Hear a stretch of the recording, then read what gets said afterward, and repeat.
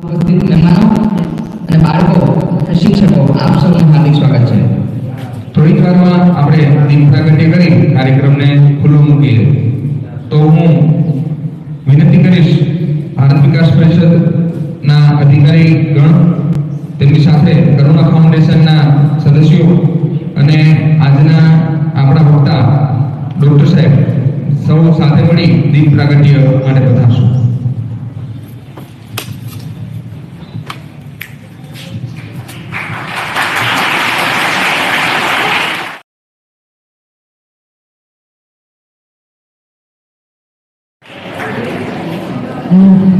ચાલ મિત્રો, દીપ પ્રાગટ્ય થઈ રહ્યું છે તો બધા સાથે સ્વર બોલીશું। શુભમ કરોતુ કલ્યાણમ આરોગ્ય ધન સંપ્રદાય શત્રુબુદ્ધિ વિનાશાય દીપ જ્યોતિ નમોસ્તુતે।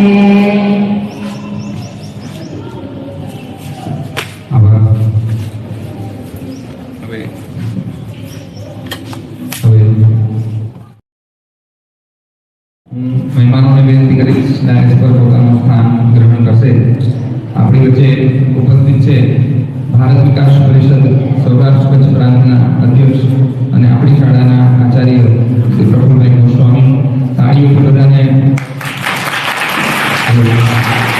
ત્યારબાદ ભારત વિકાસ પરિષદ રોજગાર સેક્રેટરી ડોક્ટર જયશ્રીભાઈ ગોગરિયા, ભારત વિકાસ પરિષદ સૌરાષ્ટ્ર કચ્છ પ્રાંતના સંગઠન મંત્રી શ્રી કરશનભાઈ મહેતા અને ભારત વિકાસ પરિષદ આનંદનગર શાખા, જે આ સુંદર મજાનો હોલ છે એમનું જે સંચાલન કરે છે શાખા આનંદનગર શાખાના પ્રમુખ શ્રી રમેશભાઈ દત્તા સાહેબ આપણી વચ્ચે ઉપસ્થિત છે। એમને તાળીઓથી અભિવાદન કરશું। એમની સાથે આપણી વચ્ચે આજના આપણા મુખ્ય વક્તા ડોક્ટર દીપ સર ઉપસ્થિત છે તો એમના માટે પણ તાળીઓથી એમને અભિવાદન કરશું। ડોક્ટર દીપ વિશે પરિચય આપું તો કરુણા ફાઉન્ડેશનની જે એનિમલ હોસ્પિટલ છે એમનું સંચાલન એ કરે છે, એના નેજા હેઠળ બધા પ્રાણીઓની દેખરેખ થાય છે। તો આજરોજ આપણે આ કાર્યક્રમના માધ્યમથી ફર્સ્ટ એડ, મનુષ્યની ફર્સ્ટ એડ તો આપણે સૌને ખ્યાલ છે, દરેકની ઘરે બોક્સ હશે, ફર્સ્ટ એડ કીટ હશે, પણ પ્રાણીઓ માટે પણ આપણે ફર્સ્ટ એડના ટ્રીટમેન્ટના ભાગરૂપે શું કાર્યવાહી કરી શકીએ તેના વિશે પરિચય આપને મળવાનો છે। તો સૌથી પહેલા તો હું તમામ મહેમાનોને આવકારું છું। હું વિનંતી કરું છું શ્રી પ્રફુલભાઈ ગોસ્વામીને કે પ્રસંગોચિત પોતાનું ખૂબ બોલવું આપે।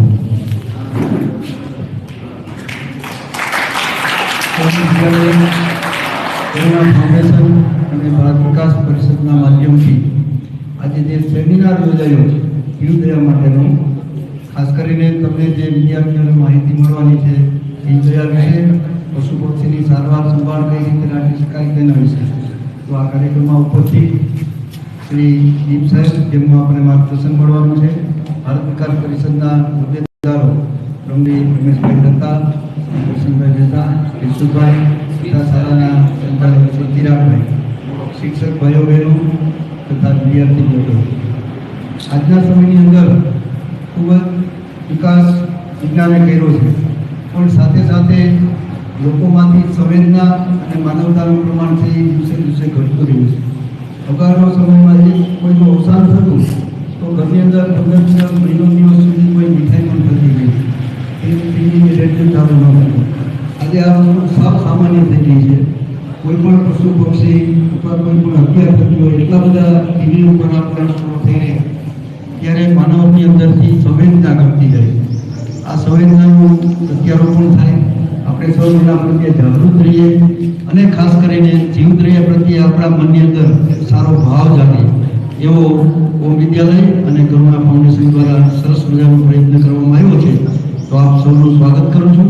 મને આશા છે કે ડૉક્ટર દીપ સાહેબ આપણને જે માર્ગદર્શન આપશે એ બધા વિદ્યાર્થીઓ ખૂબ ધ્યાનથી સાંભળશે, સાથે સાથે આપણી ઘેરે અને આપણા વર્તનથી પણ આપણામાં આ સંવેદના જાગે એવો પ્રયત્ન કરીશું। અસ્તુ की जय। वंदे मातरम।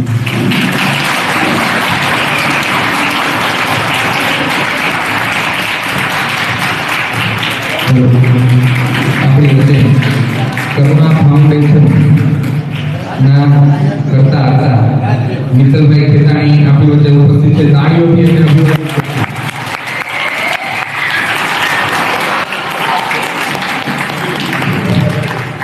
નાનો એવો વિચાર માણસની ઓળખ બની જાય છે એનું ઉદાહરણ છે મિત્તલભાઈ। પોતાનામાં રહેલી જે પ્રાણીઓ પ્રત્યેની સંવેદના આજે કેવડું મોટું વટવૃક્ષ બની ગયું છે એ સંસ્થા એટલે કરુણા ફાઉન્ડેશન। તો એમનું હાર્દિક સ્વાગત છે। ઓમ વિદ્યાલય શાળાના બાળકો એમને હાર્દિક સ્વાગત કરે છે। હવે હું વિનંતી કરીશ કરુણા ફાઉન્ડેશન ટ્રસ્ટના મંથનભાઈને કે કરુણા ફાઉન્ડેશન વિશે થોડો માહિતી આપે, થોડો પરિચય આપે। મંથનભાઈ। નમસ્કાર। સૌથી પહેલા ખૂબ ખૂબ ધન્યવાદ ઓમ વિદ્યાલય અને આપણે આજે એને પખવાડિયું ઉજવીએ છીએ 14 થી 30 તારીખ દરમિયાન ભારતીય જીવજંતુ કલ્યાણ બોર્ડ અને પ્રાણી કલ્યાણ પખવાડિયું। હવે કરુણા ફાઉન્ડેશન વિશે આપણે માહિતી આપું। છેલ્લા 20 વર્ષથી આ અબોલ જીવો માટે સતત કાર્યરત છે। આપણે 30 हमारी 3 हॉस्पिटल है निःशुल्क जो कि अबोल जीवों के लिए कार्य करती है। 14 एम्बुलेंस है, उसमें से 12 इको एम्बुलेंस है, 2 बाइक एम्बुलेंस है और यह कार्य अविरत चलता है। इसके अलावा जो कोई भी गौशाला के लिए जो भी कार्य होता है, जैसे सब्सिडी मंजूर होना या फिर कोई भी कायदाकीय कार्य हो, उसमें करुणा फाउंडेशन सतत कार्य करते हैं। और उसके साथ समस्त महाजन जो कि सब के जन जीवन जंगल जनावर उसके हेतु कार्य करते हैं समस्त महाजन।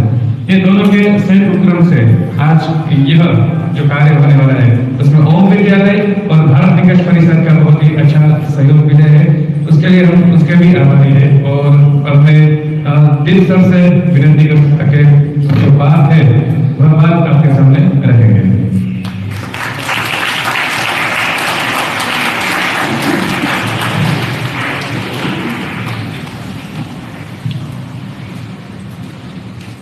આપણી વચ્ચે દીપ સર ઉપસ્થિત છે તો એમને આગળના કાર્યક્રમની ભાગદોડ એમના હસ્તે આપણે આપીએ છીએ। તો દીપ સર માટે જોરદાર તાળીઓ।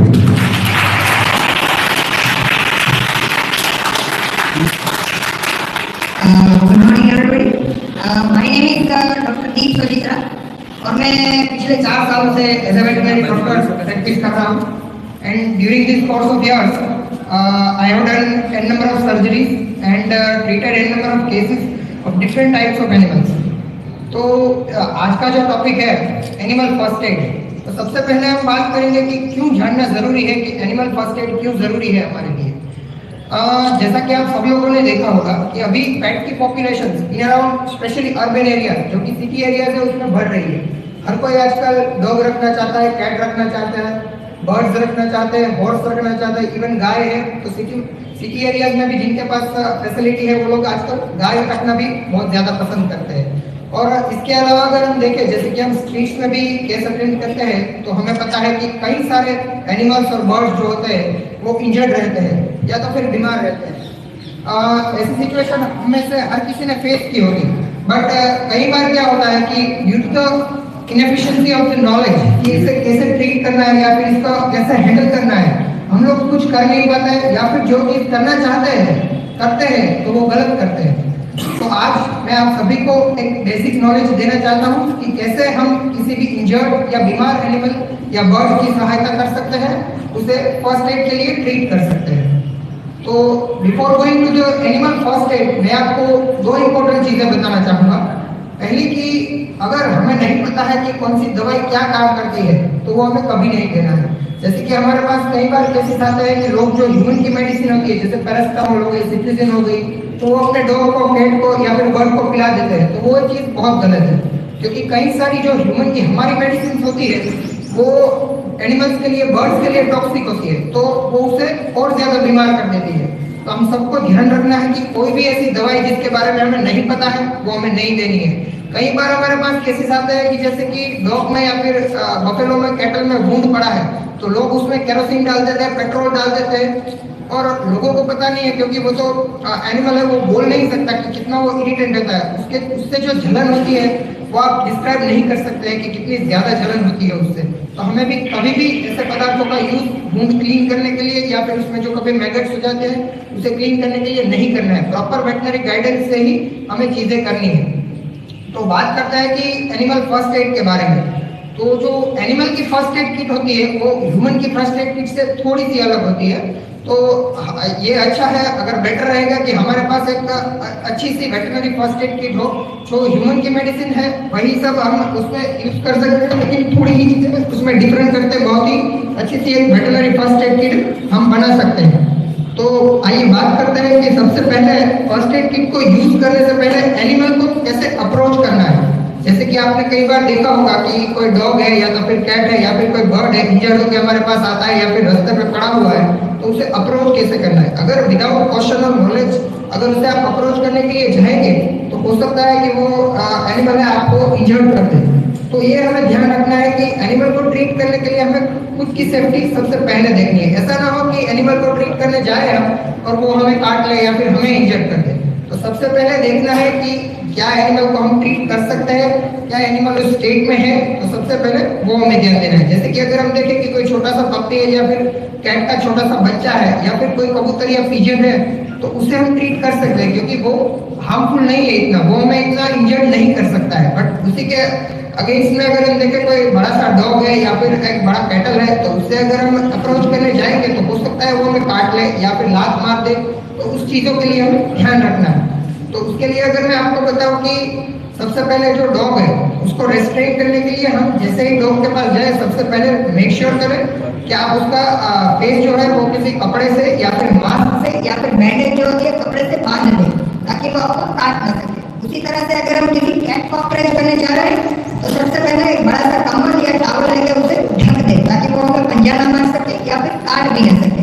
और उसी तरह से हम देखते हैं कि कई बार जो पिजन्स होते हैं, जैसे कि अभी मकर संक्रांति का पर्व गया तो उससे हम देखते हैं कई बार जो पिजन्स होते हैं दूर से मांझा से कट के नीचे गिर जाते हैं। तो उसे हमें कैसे हैंडल करना है, एक बड़ा सा टॉवल लेना है और उससे ठीक से वो बिल्कुल फफड़ ना सके, उसको बिल्कुल स्ट्रेस ना हो उस तरह से आराम से पकड़ लेना है। पहले उसे शांत होने देना है।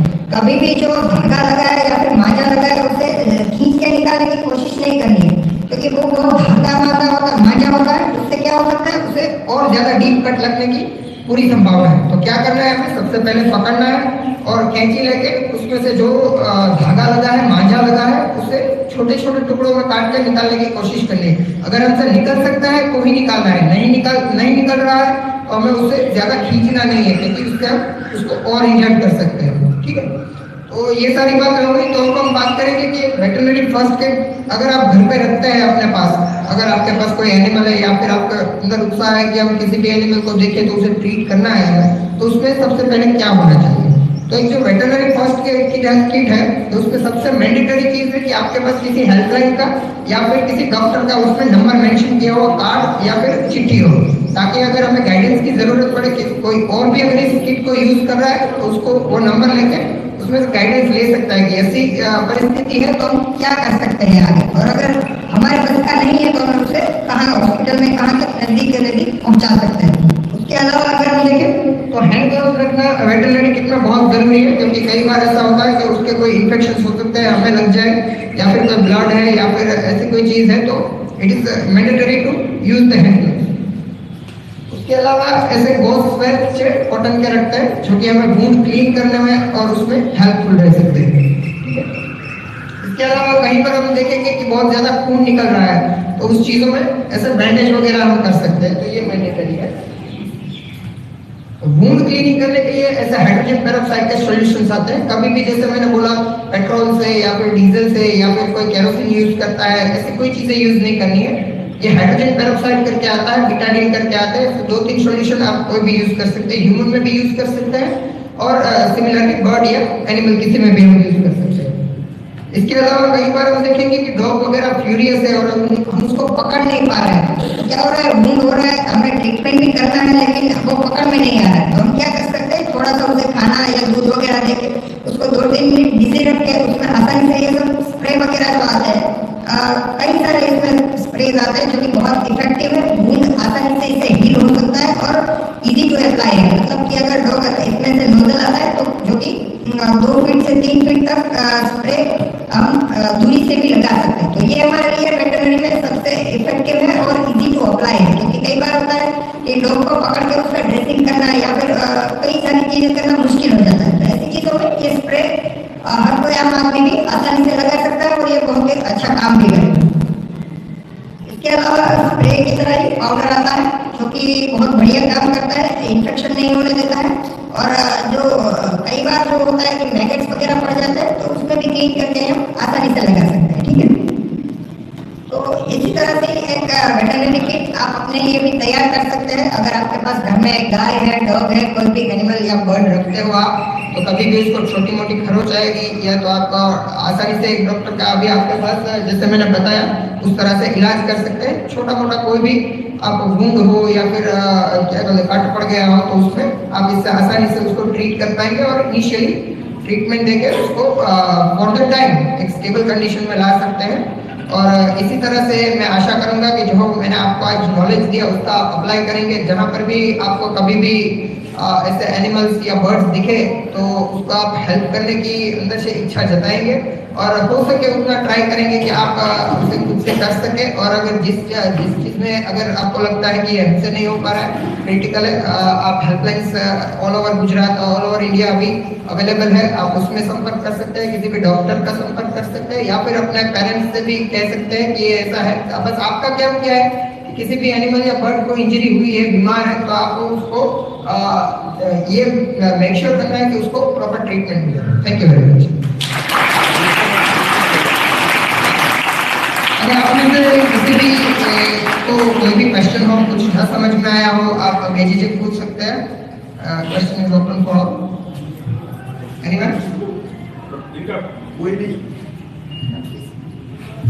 किसी के घर में कोई भी प्राणी रखते हैं तो वो अपना अनुसार करके बताएंगे। कुत्ता है, पोपट है, आजू बाजू में किसी के घर में बर्ड फीडर है या ચકલીના માળા કેટલાના ઘરમાં છે કોઈના, બસ એનો ઉચ્ચાર કરો। વાહ, વેરી ગુડ। તો તમારે ઘરે દરેકે ચકલીના માળા રાખવા જોશે। જેને જોતા હોય એ બધાને સ્કૂલમાંથી ચિરાગ સંદેશો અપાવી દેશે, બરાબર। અને ઘરમાં પક્ષી માટે દાણા માટેનું બર્ડ ફીડર પણ રાખવાનું, જેની અંદર દાણા આપણે રાખી શકીએ અને ઘરમાં જે છાંયો હોય, છાપરાની નીચે જગ્યા હોય તો તમે સારી રીતે રાખી શકશો।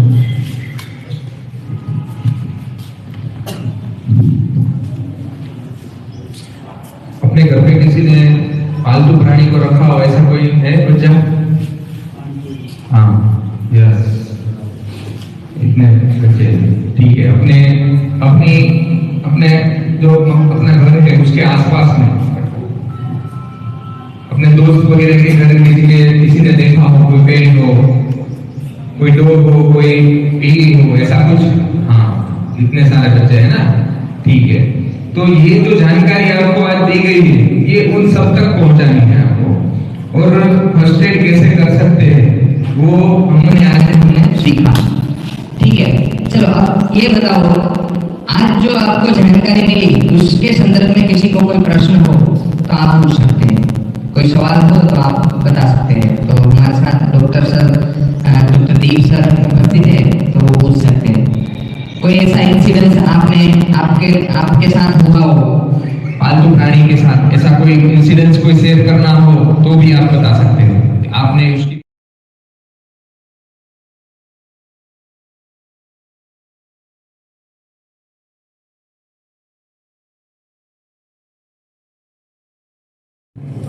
हाँ, दोनों बच्चे आगे आ जाओ, चलो।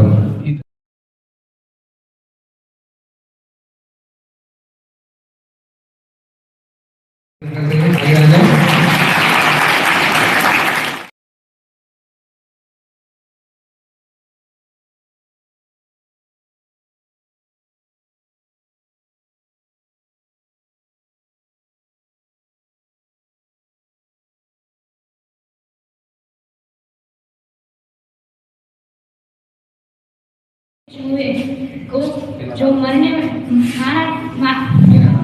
मेरा नाम जयनी है। हमने एक चूहे को पानी पिला के बचाया था, जो कुत्ते के हाथ में था। हमने उससे कुत्ते को भगा के बचाया था। बस ये मेरा क्या बात है।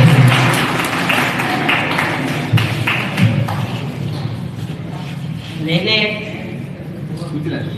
મારું નામ અમરાવત રુદ્ર છે। મેં એક કબૂતરને બચાવ્યો હતો, તેના પગમાં દોરો ફસાઈ ગયેલો હતો અને તે પાણીથી તરસ્યું હતું, ઉડી નહોતું શકતું। પછી એને પાણી પાયું, એનિમલ હેલ્પલાઇનને ફોન કર્યો।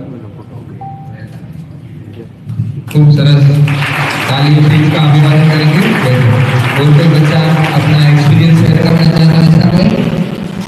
ठीक है, अब हम अपने यहाँ पे उपस्थित मित्तर भाई खेतानी, जो कि ये क्षेत्र में बहुत ही आगे बढ़ चुके हैं, पूरा राजकोट उनको पहचानता है और हाँ पूरा देश उनको पहचानता है। सही बात है, माफ करना। तो हम उनसे गुजारिश करते हैं कि इस प्रसंग पे बच्चों को कुछ मार्गदर्शन दे सर। तालियों से अभिवादन करेंगे सरकार।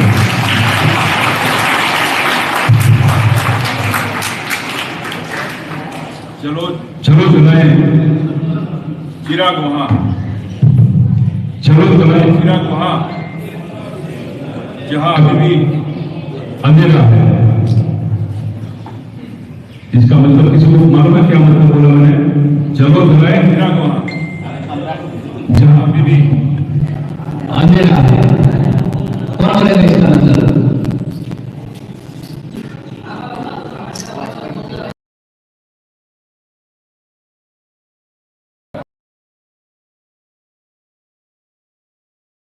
मत लो ना हिंदी सब, क्योंकि ये पूरे राष्ट्र में इसका टेलीकास्ट हो रहा है, इसलिए मैं हिंदी में बोल रहा हूँ।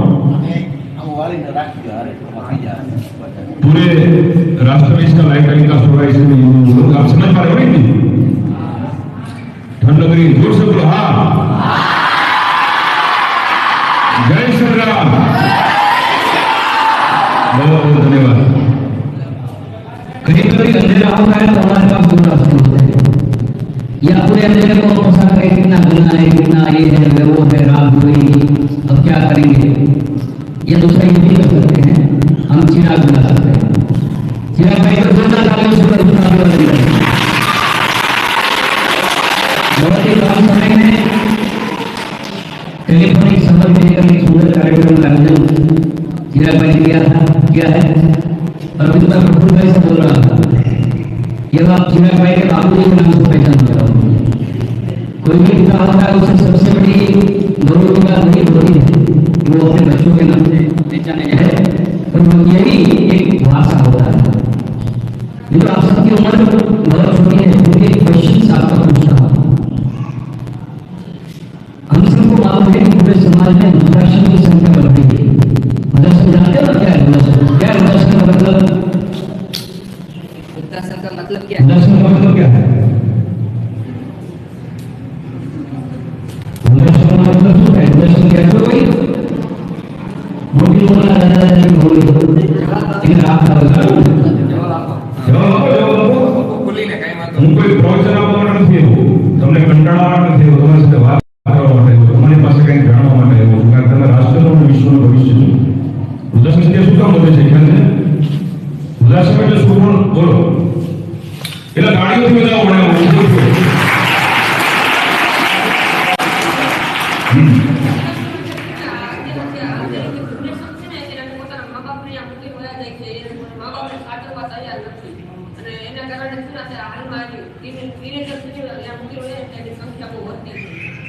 Very good. અત્યારની જનરેશન કોણ? અમે કે તમે? ઓકે, તો તમે તમારા બાળકોને સાચો છો? પ્રતિજ્ઞા?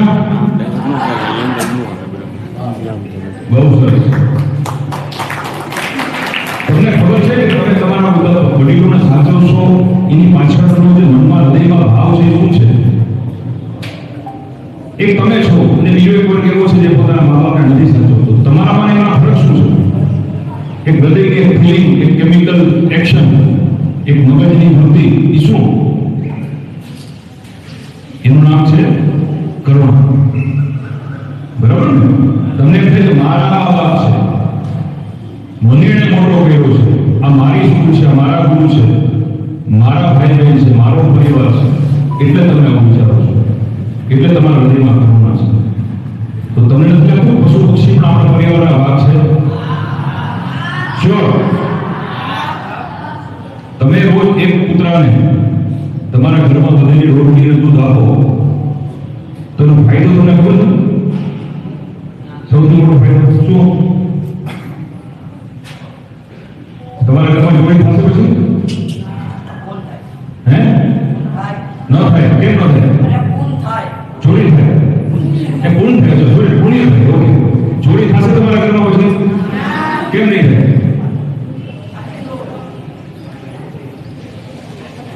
કેમ નહીં થાય? બોલો બોલો.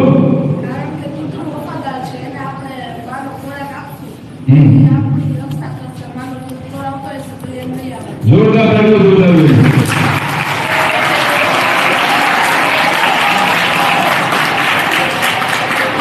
બહુ સારી વાત કહેવાય ને. એક રોટલીમાંથી તમને 24 કલાકનો મફતનો સિક્યુરિટી મળતો હોય તો એનાથી મોટી વ્યવસ્થા શું થાય? બરાબર ને? તો આપણે બધા પણ આપણી આસપાસના નજીકના પશુ પક્ષીઓ છે એનું ધ્યાન રાખીએ કે આપણું ધ્યાન રાખશે.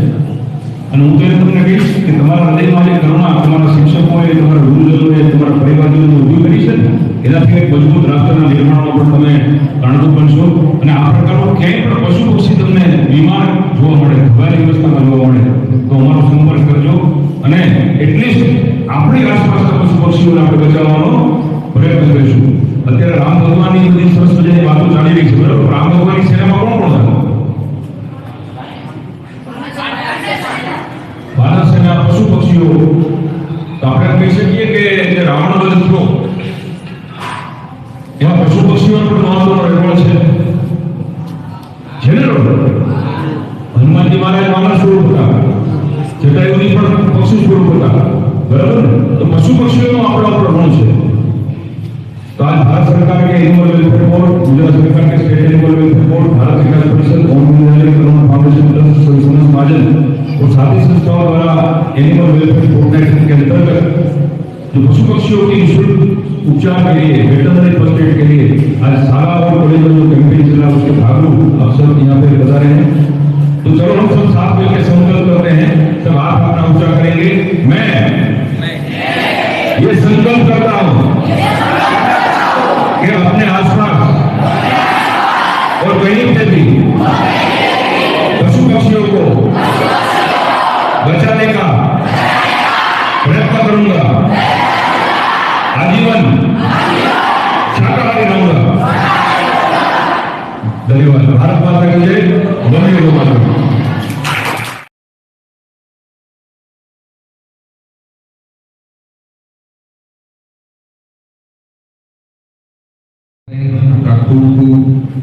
धन्यवाद.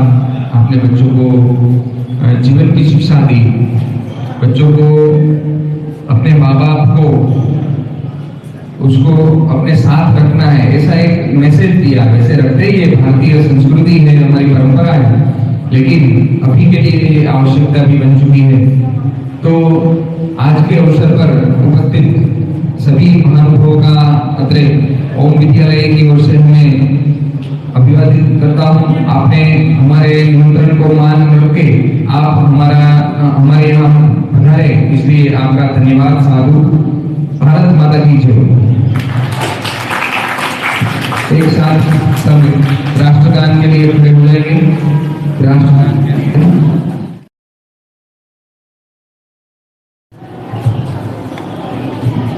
हेलो.